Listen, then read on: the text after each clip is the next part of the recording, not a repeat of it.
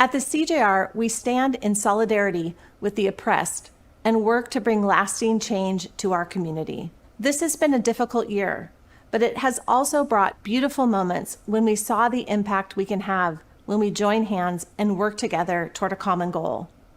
We're excited to share with you just a few of the highlights of this transformative year at the Center for Justice and Reconciliation.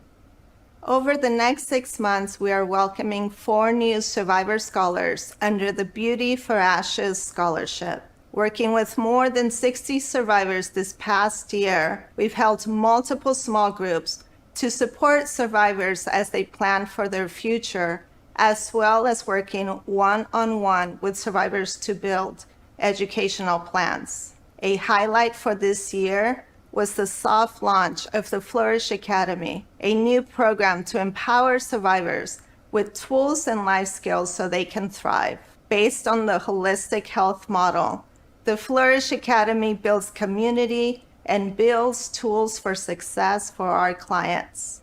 All of this work is part of our On-Ramps Collaborative, an initiative that creates bridges across our community to provide more ways for survivors of trafficking to find their way forward to a hopeful future. Survivors who leave a life of exploitation face significant challenges.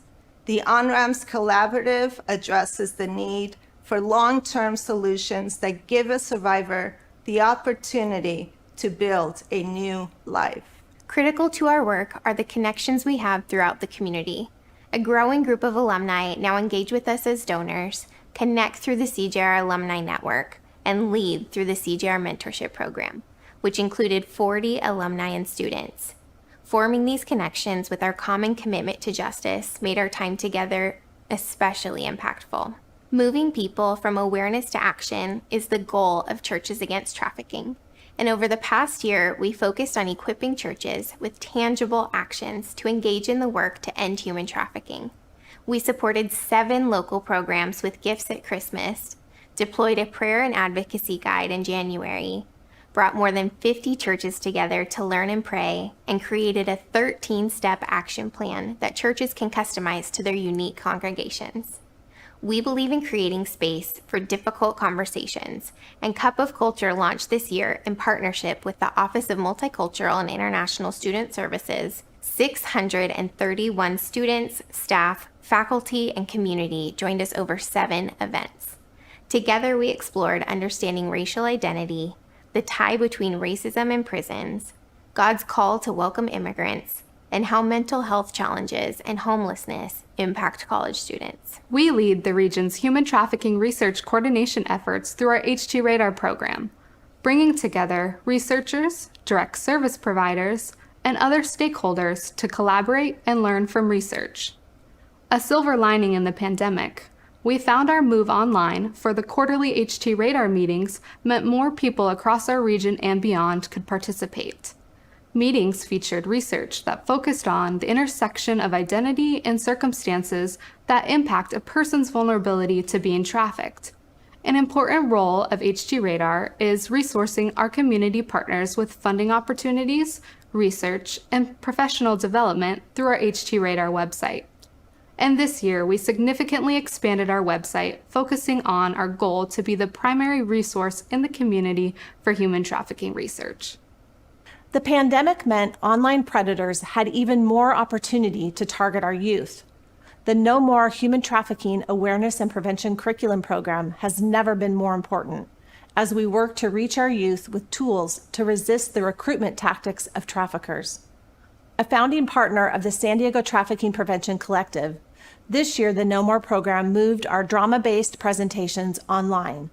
School closures impacted our ability to be in front of students, but key champions across the region joined with us to push ahead to reach as many students as possible. At the core of our work are the students of PLNU. We intentionally include our students in all of our programs and empower them to move from their passion for justice to tangible action.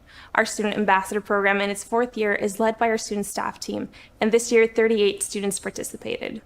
Roots of Giving, normally a one-night outdoor Christmas gift market, moved online this year, promoting vendors who embrace sustainable and ethical production processes. Students built a new website featuring 43 vendors and including information about ethical purchasing, our gift to small business owners and ethical brands. Roots of Giving Online was another serendipity in a challenging year. Our annual Wear Justice event, a week-long challenge to rethink consumerism through community, it was a big week for our students. With the ongoing challenges of the pandemic, we focused much of our efforts to online activity, hosting a TikTok video challenge to highlight local ethically sourced coffee and tea, sharing information about the impact of fast fashion, child labor, and the lifespan of clothing. As our students learn and lean into the complexities of the issues we face, they took the initiative to foster conversations across campus and continue to learn. Students are the spark that drive us forward. With every challenge this past year, we've also taken the time to reflect on the many gifts and the ways that hope shows up. Our donor base has grown, our programming is flourishing, and our team is continuing to seek out partners that help us do our work better. We are grateful to the many friends and supporters who encourage and support us as we work to build a better world.